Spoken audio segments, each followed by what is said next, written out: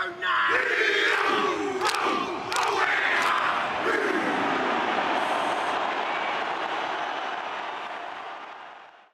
what's up, everyone? Matt here from Wishful Thinkerz, and welcome to the Talks&Gambits podcast, episode 8.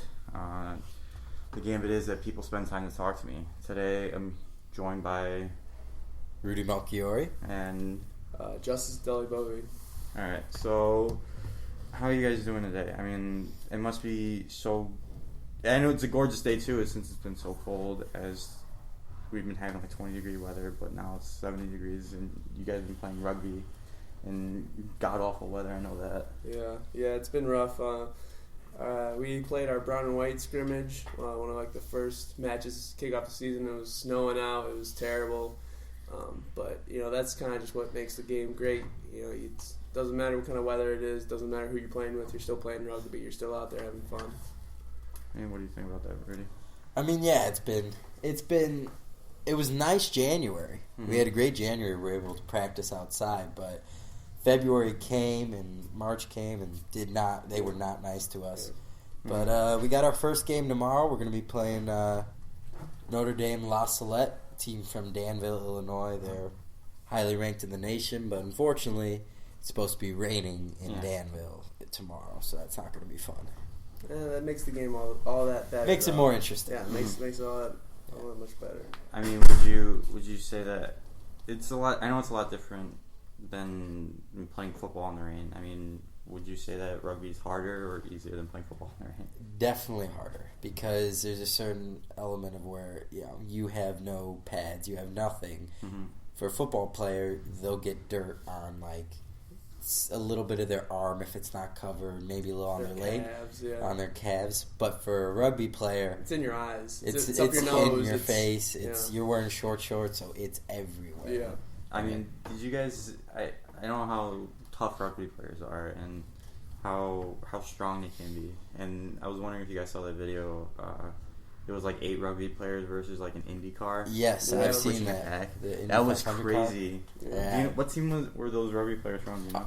That was just a pro team that was sponsored by Red Bull. It wasn't. Weren't they? I think they're from England. Yeah, it was an England pro team, but it was just a sponsored thing to show that you don't have to be these international great players to just be powerful rugby brutes. Yeah. And we saw a lot of those guys that played on that top level when we were in Vegas too. This team, we took a team out to Vegas about a month ago, right? It was March 1st. March 1st, yeah. And so we, and that was a great experience for the team. This year we're really trying to make a strong run at state, and we definitely have the talent and the skill to do it. I mean, what are you guys doing in Vegas? First of all, I don't get into state, but what do you guys do in Vegas? We played a lot of rugby. We saw a lot of really good rugby.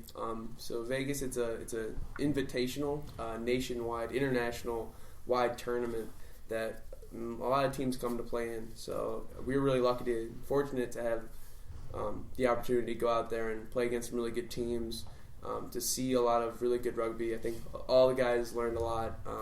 We got some really good experience. And doing that, it was... I know it must have been... You guys probably played fantastic teams down there, I'm assuming, but would you say so? I mean, yeah. I mean, for example, the Oklahoma team we played were state champions in Oklahoma, so we got the chance to play them, and we got the chance to play a team from Vancouver. Oh, wow. Yeah, and then... but yeah, it was more just... It was the competition. I would say it was decent competition, but more than anything, it was more just the experience of being able to go see other competitions. That's the biggest thing, is that a lot of our players got to actually see what real rugby is like, because all we are is high school rugby teams, and we're okay, but we got to see college level, international level, professional team level. So it's nice to actually get to see where these guys are and where you could be one day. And you were saying how you guys were very fortunate to do it and to be able to do this. we're all the same age, and we're all seniors in high school. Like the previous 3 years, you guys weren't able to I think travel out of state to go play rugby. Yeah, no. And this is something crazy that one of the teachers thought of, or one of the coaches, and they made this decision based on what you guys wanted. You guys wanted something new. You guys wanted something more. And every year, you get, when you want something new, you guys try to do that. And you guys have come up with new jerseys and new teams to play outside of the state. And I feel like that's very interesting. Well, this year we definitely have probably the most experienced team we've ever had. A lot of these guys on the team we play club. We're playing outside of Carmel, so it's not only that it's just something we get to do in the spring. It's a lifestyle by now for a lot of the guys on the team. So that interest and that experience level has really driven this team to push for those new jerseys and push for out of state experiences and push for these new opportunities that we want the club to keep having for years to come. So because of that experience and because of that drive a lot of our players have, I think that's really what's going to push us, farther than anyone thinks we're going to go. I mean that's saying a lot, coming from a team that you guys made it down the state last year, right? We came fourth last year. Yeah. So I know Mount Carmel's not it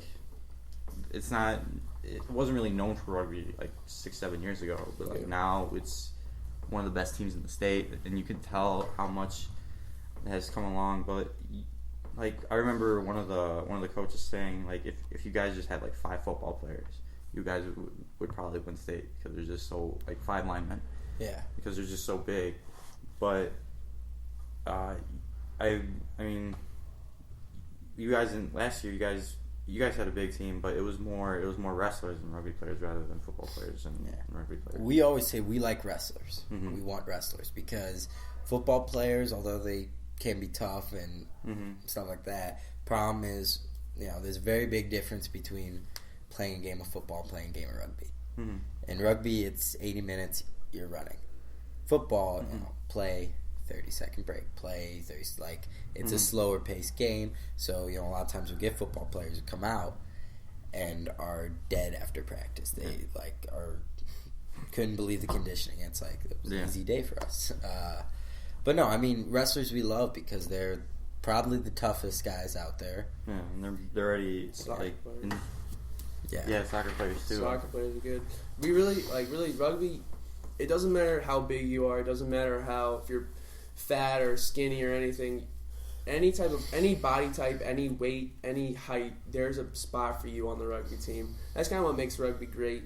The conditioning, rugby as a club, we're just looking for athletes, really. Kids who just want to come out and learn the game, learn how to play rugby, and just kind of devote themselves to the game. We're not really looking for kids that are going to come out, one time every month. It's not really what we're looking for. We want kids that are going to dedicate themselves to the sport because we know that we have as a team. So we want that kind of effort out of everyone who comes out. I mean, I feel like that's great coming from somebody that's co-captain, right? Captains aren't really set yet, but I think all the seniors on the team we're all leaders. It's not that there's one captain or there's one person in charge. It's just all the seniors have really taken charge this year. We've all done a really good job of leading the team, I think, and no one over anyone else. Yeah.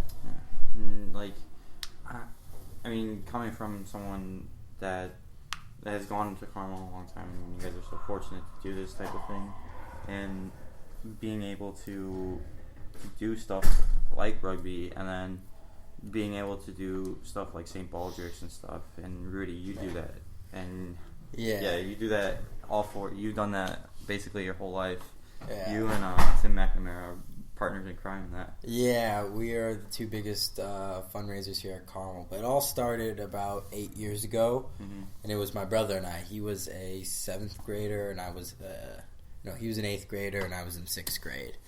And he just had the idea he wanted to try the St. Baldrick's thing out because our great uncle died of pancreatic cancer, and we were looking for something to do we started out our first year goal of $1,000, and we got $55,000 raised.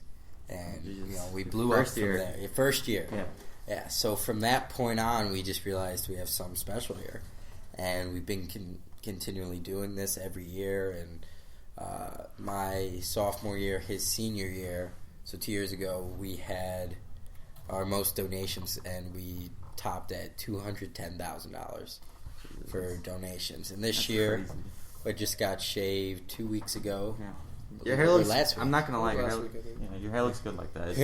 Thank you. I mean, it's not like they don't shave it all the way to your scalp. It's just a buzz cut. It's just a buzz cut. It's not. A lot of people are scared of it, and that's what stops a lot of people from doing it. But at the end of the day, it's showing solidarity, and it's something that I honestly look forward to. It's that time when I get to be closer with the kids who are affected and just go through what they have to go through. But no, I mean, this year we raised $136,000, and I mean, we've had continual success, and I want to thank all the donors out there who support us. I mean, there are a lot of people who just donate anonymously who I've never met before, but they see I'm the top participant in the nation, and they want to help donate. So it's just nice to get these people who even don't even know me but still want to donate. Yeah, they'll donate to you because you worked so hard to get to that point, and that's crazy because like the second highest donor is $2,000 from our school. Yeah, and that's a crazy amount of difference from $2,000 to $130,000. Yeah, and then you said you raised over $600,000 all 4 years that you've been. Yeah, all 4 years it's been somewhere around between $600,000 to $700,000. I gotta look it up and kind of tally it all from grade school and everything. But yeah, I mean, my brother and I have been fortunate that we've had this much success, and we've got to work this closely with the St. Baldrick's Foundation, and we got to, we are in contact with the CEO, in contact with the people there, so we get to do different events with them and just help out any way we can. And freshman year, you were on Fox News, and it was we were on Fox News. Sadly, on Fox News, they got my brother's name right, but they wrote me down as Tony Melchiorre, not Rudy. And Tony. Yeah, I specifically remember right before they interviewed me, they had me say and spell my name into the camera. Yeah. But the guy who was broadcasting it kept calling me Tony. And I'm just Father Tony at the time was very happy that Tony got the recognition, but I was... it's just Fox News for you. I mean, they'll give you that fake news. But, I mean, you did St. Baldrick's at 1 year, right? 1 or 2 years. Justice? No, I haven't done St. Baldrick's. I really wish I did, honestly. Looking back on my 4 years, it was just kind of an experience that I was I'm happy that there are people out there doing this, and I am happy. But I was scared and I was lazy. Honestly, it's a great foundation, and it is a great cause, and there is no reason that you shouldn't be doing it. But I made up an excuse every year to not do it. I'm too busy with rugby. I'm too busy with I'm too busy. And that's everyone. They're lame excuses. They're white lies that we all tell ourselves, and there is no excuse that I didn't do it. But no, I haven't done it. Which looking back, I definitely regret not doing it. Yeah, I mean, that's why it's brave the shave. That's why they should say that, because it's not everyone does it. Yeah, and that's fine. A lot of times it's just I'm totally okay if you just want to donate. That's it. That's fine. The shaving the head isn't for everybody. Yeah, but it's just something you do that just kind of gets you more involved with St. Baldrick's. It kind of it attaches you into a community. Yeah. Of thousands of other people across the nation who are shaving their head, and people in the city of Chicago who you can tell when someone's shaved their head for St. Baldrick's, because right after St. Patrick's Day is usually when everybody's events are. So right after that, when you see a bunch of bald people walking down the street, there's a chance that they're St. Baldrick's. So I want to get into St. Patrick's Day. What did you do? What did you guys do for St. Patrick's Day this year? We were... When was it? You were Malyuan. We were at Melchiorre. Yeah, actually, St. Patrick's Day weekend when the parades were. I was down at Champaign with the Melchiorre team here, so I was not in town. Sadly, I didn't get to go to the parades, but he was. Yeah, me and my girlfriend, we went to the downtown parade. We celebrated. It was fun. It was a really good time. It's really fun to see everyone coming out, especially into the city. It's such a big event, and it's so much fun just walking around. Everyone's so social. Everyone's so nice. But that's just Chicago for you. That whole social event. It's everyone wants to be your friend because you're not there to. You're there to have fun. You're there to celebrate St. Patrick's Day. Mm-hmm. I mean, I feel like going downtown is a lot different. It's a lot different experience for someone that's nowhere near tall buildings or nowhere near. It's a different experience, and being surrounded by lots of people, because even when you take a walk down Michigan Avenue, you feel like it's a lot of people around you, and you feel like you're almost in the culture of Chicago. And I feel like you can't really get that in New York because there's just so much stuff happening. But when you walk down places like that, you're allowed to take the time to talk and to capture the moment of what you want to do. If you plan for something, and I feel like St. Patrick's Day that just passed, because honestly I thought when the parade went down Western Avenue, it was a week before St. Patrick's, so I thought that day was St. Patrick's Day, and I missed it. Yeah. But it was. I feel like going to parades, going to stuff like that is just amazing, and it's something that everybody should at least try before they die. And you can't. I feel like you can't get that experience in the country. No, you really can't. I mean, I grew up in the city my entire life. I went to school around. It was right at State in Chicago, so 2 blocks from Michigan Avenue. So I was right by Water Tower every single day in grade school, and I was right in that area. And I wouldn't trade it for anything. I love the fact that I got to grow up in a city, and I had friends from suburbs or from South Side who, didn't know anything about the city or what to do. And it's when you've experienced it so much, and you know the red line, blue line, all that stuff. It's different. Yeah. It's a whole different experience. That again, you can't get it in New York. It's it's happening too fast. Everything's so compact and everything, but in Chicago, especially with Grant Park there, it's a little bit more spread. Yeah, you got some space. Yeah. What would you think? I mean, same thing. I grew up in Chicago all my life, but actually, my whole family's from New York. So I go there a lot, so I know the differences, the pros and cons of each. And honestly, I'd take Chicago over New York any day of the week. It's I grew up in the city too. It's just a way of life. I take the Blue Line every day. It's just a thing. Even coming to Mount Carmel, you get kids that are like, what is the Blue Line? What are these train lines? I take the Metro one time maybe because I want to go to the beach. And for me, it's I can go to the beach whenever I want. I can take a bike ride over there. So it is definitely an experience living in the city and being from the city. It's great. I mean, going off of what you said, my sister, she's a flight attendant, and she would go to LA, and she would when she would walk down the street, she took a picture of this, she was walking down Hollywood Boulevard, and she took a picture in front of Danny DeVito's star on Hollywood Boulevard, and she was saying that when you walk down that block, it's just people are just they don't even give you a second look. It's they're just rude people that they'll just walk all over you if you don't get out of the way or just hold your ground. So it's very different in Chicago than it is any other place, I would say.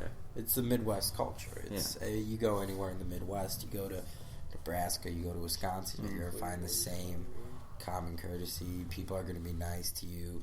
And it's just it's similar. They have kind of the same almost vibe down in southern states. They have the southern hospitality. Yeah, it's basically that's our form, Midwest hospitality. But East Coast and West Coast, you don't get that. There's a hospitality up to a certain extent. Yeah, up to a certain extent. But in the city of Chicago, I mean, it's rare when you get like that New York feeling where it's like everyone's rushing by you and all that. And, you know, in the city, you can stop and talk to anybody. Yeah. Someone will talk to you. And like how you were saying, like with the southern states and stuff, I got a thought. I don't know, like kind of changing the subject, but like, is it stereotypic to think that like people from the South and people from like Texas, and they're better at rugby. They're just like bigger, stronger people in general. Would you say that's true? I mean, not necessarily, but it's kind of like how in the Midwest, where basketball's our big thing, but like in Texas and stuff like that, football's big because all year round. Yeah, California and Texas, it's warm every single day. So rugby, you can play. Be outside every single day, and you can just train every single day. Yeah, everything's bigger in Texas. They got some big boys there. It's a culture in some places, definitely.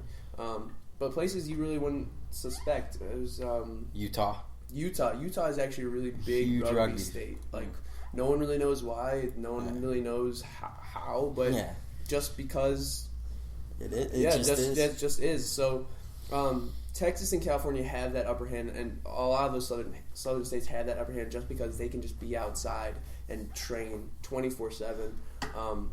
But you get places like Utah where rugby is just a way of life, and I know that for a lot of guys, myself included, on the team, it's just like that's what we want, And so, would you guys consider moving to Utah and raising kids there? Not necessarily that. Utah's kind of like Ohio, It's just a state. It's just there. Yeah.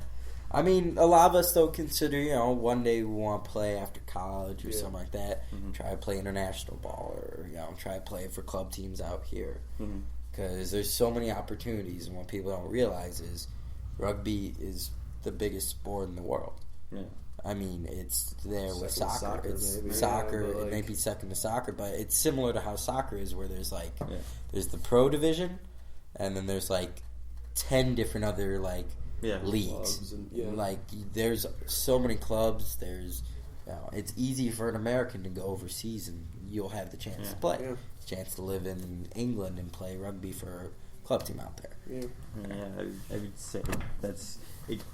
Overseas gives a lot of chances to athletes that don't want the same experience in the United States. And even for basketball, you can go over there, you can go to Europe, you can go to Australia, Asia to go play. And it's not like you don't have to play in the United States to be the best player. I mean, but rugby is. I thought soccer was the biggest sport. Rugby is definitely the biggest sport. It's probably second. It's probably second to soccer, but rugby. If you go and watch a rugby game on YouTube or something, the crowds are everyone is out. Rugby, especially how I said rugby's a way of life in certain states in the U.S. It's certain countries over there. It is rugby is just what you do. You don't go outside and play basketball. You go outside and play rugby. But it's crazy to think that how something like rugby can bring such a country together. Because I know a country like Ireland, and South Africa, how the All Blacks are in South. They're New Zealand. That's New Zealand. Okay. Because what's New I remember one of our teachers showed us sophomore year. Was it New Guinea that had a team, or was it New Zealand? New Zealand, yes. New Zealand All Blacks are. Okay. Yeah, they're the best team in rugby. They're the best team in any sport ever. They have the best winning percentage. Yeah. They've been around since rugby was a thing. Yeah. But what you were saying, South Africa is the perfect example. With apartheid and with Nelson Mandela coming into power. Rugby actually, and they had the movie Invictus with Matt Damon, Morgan Freeman. Rugby helped bring that nation together because he tried to build it where if a nation gets behind a sport, there's nothing that brings people closer together than sports. Yeah, sports is the ultimate equalizer. It's everybody just when you're in that stadium together, you're in that together.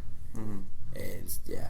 And for rugby, it is just the culture that rugby brings too. You know, rugby is all about brotherhood. It's like after every game, you share a meal with the opposing team. You know, it's when you're on the field, you might be enemies. You know, you might be opposites. But once you get off that field, you are all playing rugby. You know, you're all players and you're all playing the same sport. You're all in this together. It doesn't matter what team you're from. It doesn't matter what club you're from. We're playing rugby, and that's what brings us together. So it is just the culture of rugby that draws everyone closer together.